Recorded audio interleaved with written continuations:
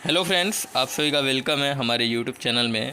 Friends, आज के इस वीडियो में हम बात करने वाले हैं 10th के बाद कौन कौन से गवर्नमेंट जॉब आप कर सकते हैं।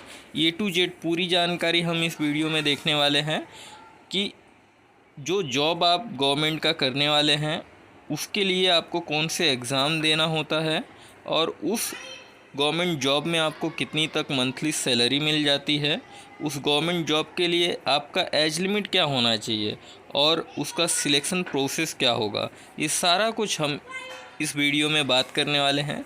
तो इस वीडियो में आप पूरा एंड तक बने रहिए। अगर आप हमारे चैनल पर नए हैं तो चैनल को सब्सक्राइब कर दीजिए और साथ ही साथ बेल आइकन को भी क्लिक कर दीजिए कि मेरे वीडियोस की जो भी नोटिफिकेशन रहे वो आप तक मिलता रहे। तो चलिए स्टार्ट करते हैं। तो जो फर्स्ट पे मैंने रखा है ये है एसएससी जीडी। एसएससी का फुल फॉर्म होता है स्टाफ सिलेक्शन कमीशन और जीडी का फुल फॉर्म होता है जर्नल ड्यूटी। तो जर्नल ड्यूटी के पोस्ट पे मीन्स कांस्टेबल के पोस्ट पे आपकी भर्तियां होती हैं और हर साल वैकेंसी एसएससी जीडी के अंदर निकाली जाती है। अगर हम बात करें क्वालिफ़िकेशन की तो जैसे कि ये 10th क्लास अगर आप पास हैं तो आप एलिजिबल होते हैं अप्लाई करने के लिए, लेकिन जो आपका एज लिमिट है वो मिनिमम 18 ईयर्स होना चाहिए तो ही आप एलिजिबल हैं। मैक्सिमम एज लिमिट यहाँ पे 23 ईयर्स का रखा गया है। अगर हम सिलेक्शन प्रोसेस की बात करें तो आपका सबसे फर्स्ट कंप्यूटर बेस्ड टेस्ट होता है जिसको सीबीटी टेस्ट भी कहा जाता है।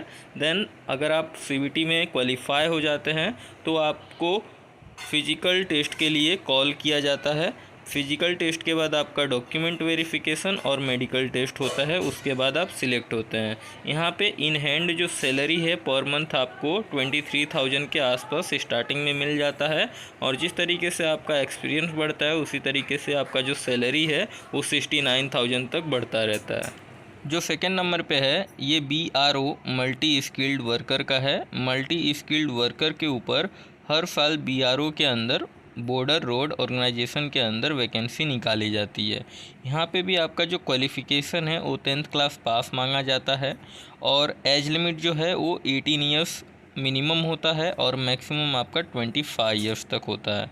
यहाँ पे आपको एक्स्ट्रा एज रिलैक्सेशन जो है वो नहीं दिया जाता है।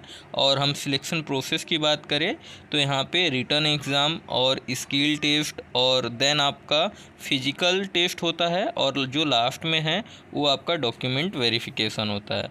सैलरी की अगर हम बात करें तो स्टार्टिंग में आपको इन हैंड 18,000 के आसपास मिल जाता है और जिस तरीके से आपका एक्सपीरियंस बढ़ता है उस तरीके से आपका जो सैलरी है वो 56,000 के अराउंड में बढ़ता रहता है।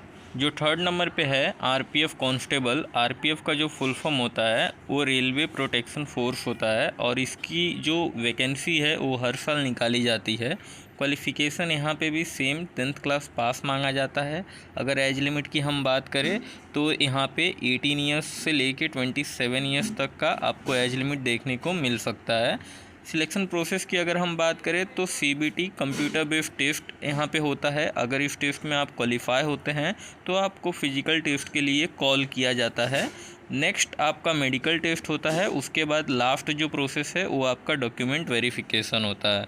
अगर हम सैलरी की बात करें तो आपको यहाँ पे इन हैंड जो सैलरी है वो 26 से लेके 32 के अराउंड में पर मंथ मिल जाता है। जो फोर्थ नंबर पे है एसएससी एमटीएस। एसएससी का जो फुल फॉर्म होता है स्टाफ सिलेक्शन कमीशन होता है और एमटीएस का जो फुल फॉर्म होता है मल्टीटास्किंग स्टाफ होता है। मल्टीटास्किंग के अंदर हर साल वैकेंसी निकाली जाती है। यहाँ पे जो क्वालिफ़िकेशन है वो 10th क्लास पास मांगा जाता है। एज लिमिट जो है वो 18 ईयर्स से लेके 25 ईयर्स तक मांगा जाता है और किसी किसी पोस्ट में मल्टी टास्किंग स्टाफ्स में बहुत तरह के पोस्ट आते हैं तो किसी किसी पोस्ट में जो एज लिमिट है वो 18 ईयर्स से लेके 27 ईयर्स तक भी मांगा जाता है। अगर हम सिलेक्शन प्रोसेस की बात करें तो आप यहाँ पे देख सकते हैं सीबीटी टेस्ट होता है, आपका कंप्यूटर बेस्ड टेस्ट होता है और डॉक्यूमेंट वेरिफिकेशन होता है। और कुछ पोस्ट होते हैं जैसे कि हवलदार के लिए जो पोस्ट होते हैं उनके लिए फिजिकल स्टैंडर्ड टेस्ट मांगा जाता है जिसको PST शॉर्ट फॉर्म में भी कहा जाता है और फिजिकल इफिशिएंसी टेस्ट भी मांगा जाता है हवलदार के पोस्ट के लिए केवल। अगर हम सैलरी की बात करें तो यहाँ पे मिनिमम 18,000 आपको पर मंथ सैलरी मिल जाता है। तो जो फिफ्थ नंबर पे है RRB ग्रुप डी। आरआरबी का फुल फॉर्म होता है रेलवे रिक्रूटमेंट बोर्ड और रेलवे रिक्रूटमेंट बोर्ड के तहत ग्रुप डी के अंदर हर साल welder, fitter, trackman, RRC, helper और भी इसके अलावा बहुत से पोस्ट पे वैकेंसी आती हैं, जिनके अंदर क्वालिफ़िकेशन 10th क्लास पास मांगा गया रहता है, प्लस आईटीआई होना चाहिए, आईटीआई ट्रेड सर्टिफिकेट जो एनसीबीटी और एससीबीटी से अप्रूव्ड होना चाहिए, और जिस फील्ड में आप अप्लाई करना चाहते हैं उस फील्ड में होना चाहिए। अगर आप फीटर में अप्लाई करना चाहते हैं तो फीटर के फील्ड में होना चाहिए। एज लिमिट इसके लिए आपका 18 ईयर से लेके 33 ईयर्स तक मांगा जाता है। और हम सिलेक्शन प्रोसेस की बात करें तो सीबीटी टेस्ट होता है, फिजिकल टेस्ट होता है, एंड जो लास्ट होता है वो आपका डॉक्यूमेंट वेरिफिकेशन होता है। सैलरी की अगर हम बात करें तो आपको 23,000 से लेके 27,000 के बीच में पर मंथ आपको सैलरी मिल जाता है। और जो लास्ट वन है ये है इंडियन नेवी का। अगर आप इंडियन नेवी ज्वाइन करना चाहते हैं तो आप 10th के बाद ज्वाइन कर सकते हैं। इसके अंदर आपको कुक का और नाविक डोमेस्टिक ब्रांच के लिए वैकेंसी हर साल आती है और इंडियन कोस्टल गार्ड के तरफ से निकाली जाती है। इसके अंदर क्वालिफ़िकेशन केवल 10th क्लास पास मांगा जाता है और जो एज लिमिट है वो आपका 17.5 वर्ष से लेके 21 वर्ष के बीच में होना चाहिए, तो आप एलिजिबल होते हैं अप्लाई करने के लिए।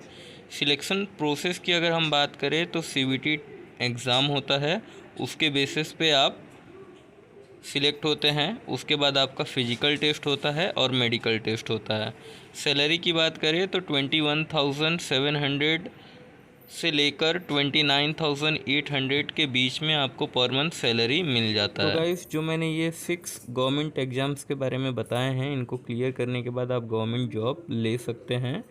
और गाइस, अगर आपको इससे रिलेटेड कुछ भी डाउट होगा तो आप मुझे कमेंट में पूछ सकते हैं। और अगर आप हमारे चैनल पे नए हैं तो चैनल को सब्सक्राइब कर दीजिए और साथ ही साथ बेल आइकन को भी क्लिक कर दीजिए कि मेरे वीडियोस की जो भी नोटिफिकेशन रहे वो आप तक मिलता रहे।